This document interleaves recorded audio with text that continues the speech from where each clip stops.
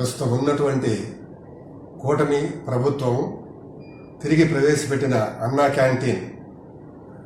వసతిని సామాజిక బాధ్యతగా గౌరవించి మంచిగా నడపడానికి అవసరమైనటువంటి నిధులలో మా వంతు ఈరోజు ఒక 25,000 రూపాయలు మా ట్యాక్స్ పేయర్స్ అసోసియేషన్ తరఫున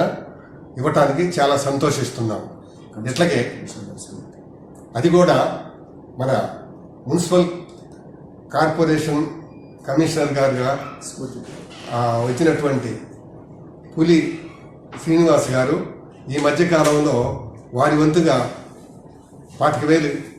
ఇవ్వటం స్ఫూర్తిగా తీసుకొని మేము ముందుకొచ్చి మున్సిపల్ కార్పొరేషన్ సేవలను ఇంకా మంచిగా వారు అందిస్తారని ఈ క్రమంలో వారి ద్వారానే